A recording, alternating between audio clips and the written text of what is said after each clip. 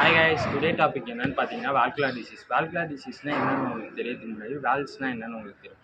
வால்வ்ஸ்னால் என்னென்னு பார்த்தீங்கன்னா ஏடிஎம்க்கும் வென்ட்ரிகுலர் இருக்கும், நடுவில் இருக்கும். அது என்ன பண்ணணும்னு பார்த்தீங்கன்னா பிளட்டை மேலே இருக்கிற பிளட்டை வந்து கீழே வந்து வர்றதுக்காக பம்ப் பண்ணி கீழே வந்து வர வைக்கும். அதுக்காக ஹெல்ப் பண்ணுறது தான் வால்வ்ஸ்ன்னு சொல்லுவோம். வால்வ்ஸில் வந்து எத்தனை டைப்ஸ்ன்னு பார்த்தீங்கன்னா pulmonary valve, mitral valve, tricuspid valve, aortic வால்வுன்னு 4 டைப்ஸ் ஆஃப் வால்வ்ஸ். வால்வில் ஹார்ட் டிசீஸ்னால் ஹார்ட்டில் இருக்க வால்வ்ஸ் வந்துட்டு ஒழுங்காக ஃபங்க்ஷன் ஆகாது. இது எதனால் வருதுன்னா ருமேட்டிக் ஃபீவர்னால. ருமேட்டிக் ஃபீவர் வந்துட்டு ஸ்ட்ரெப்டோகாக்கஸ் இன்ஃபெக்ஷன் வரனால இந்த ருமேட்டிக் ஃபீவர் காஸ் ஆகும். அது கொஞ்ச நாளில் வால்வில் ஹார்ட் டிசீஸாக மாறிடுது. இதில் வந்துட்டு ஸ்டினோசிஸ், ரீஹெஜிடேஷன் 2 இருக்குது. ஸ்டினோசிஸ் அப்படின்னா வால்வ்ஸ் வந்துட்டு அப்நார்மலாக துடிக்கும். இதே வந்துட்டு ரீஹெஜிடேஷன் அப்படின்னா பேக் ஃப்ளோ ஆகும். பேக் ஃப்ளோனா வென்ட்ரிகல்ஸ்லேருந்து ஏட்ரியமுக்கு பேக் ஃப்ளோ ஆகுறது.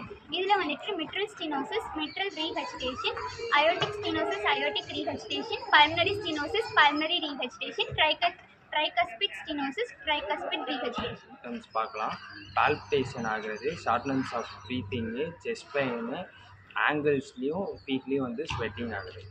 டயக்னோசிஸ் பார்த்தோம் அப்படின்னா physical examination and history collections. At imaging டெஸ்ட்டில் வந்துட்டு இசிஜி, எக்கோ அண்ட் செஸ்ட் எக்ஸ்ரேஸ்லாம் வந்து எடுப்பாங்க.